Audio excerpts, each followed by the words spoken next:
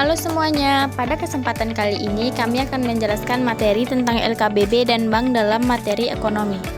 1. Pengertian LKBB. LKBB adalah lembaga jasa keuangan yang tidak diperbolehkan menghimpun dana secara langsung dalam bentuk simpanan seperti giro, tabungan, dan deposito, sebagaimana bank konvensional. Sebagai gantinya, mereka memperoleh dana dari penerbitan surat berharga atau modal sendiri untuk disalurkan ke sektor real atau investasi.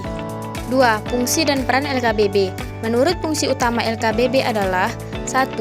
Penghimpun dana, mengumpulkan dana dari masyarakat dengan mengeluarkan dokumen berharga. 2.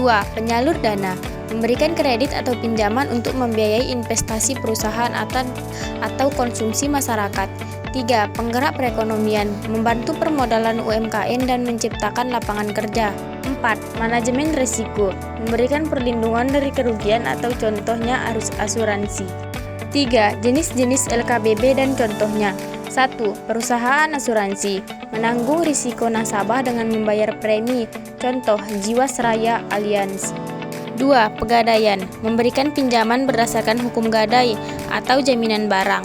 3. Dana pensiun, mengelola dana untuk jaminan hari tua, contoh Taspen dan BPJS Ketenagakerjaan. 4. Perusahaan pembiayaan atau leasing, membiayai pembelian barang, modal atau konsumsi, contoh Adira Finance. 5. Koperasi simpan pinjam, melayani simpanan dan pinjaman bagi anggota. 6. Modal ventura, memberikan permodalan dalam bentuk penyertaan saham ke perusahaan atau startup. 4. Prinsip LKBB. 1. Kehati-hatian dalam mengelola dana. 2. Kepercayaan dari masyarakat.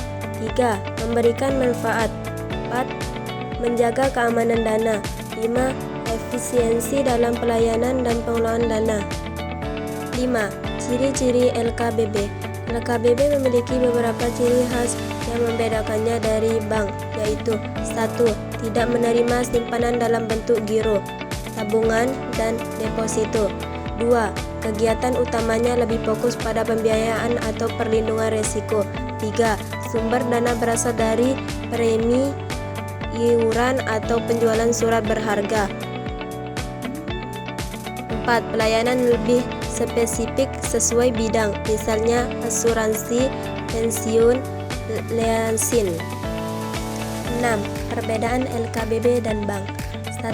LKBB menghimpun dana melalui premi, iuran, atau investasi dan menyalurkannya dalam pembiayaan khusus dengan layanan yang lebih terbatas sesuai bidangnya.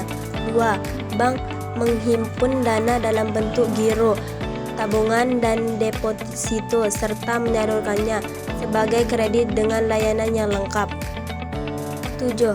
Kelebihan dan kekurangan LKBB. Kelebihan. 1. Proses lebih cepat dan fleksibel. 2.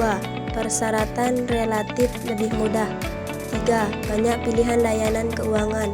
4. Membantu masyarakat yang sulit akses bank. Kekurangan. 1. Bunga atau biaya bisa lebih tinggi. 2. Risiko tertentu tergantung lembaga. 3. Tidak semua layanan selengkap bank. Selanjutnya kami akan lanjut ke materi bank. 1. Pengertian bank.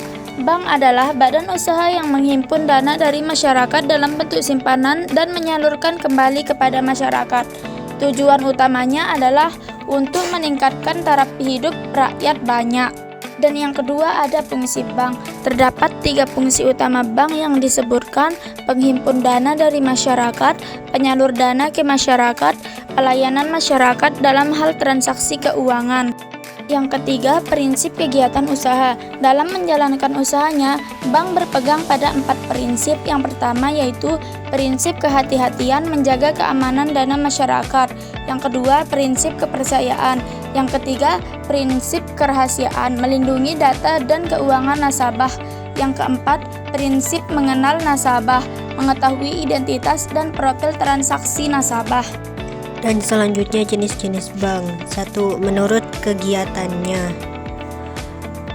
Bank sentral.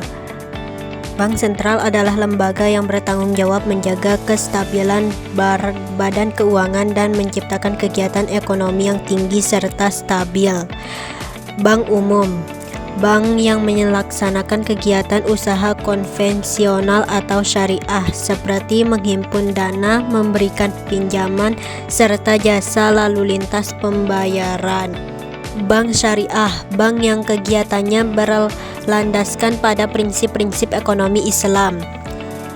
Yang terakhir, bank perkreditan rakyat atau BPR, bank yang menghimpun dana atau deposito, tabungan, dan memberikan pinjaman kepada masyarakat dengan ruang lingkup yang lebih terbatas dibanding bank umum.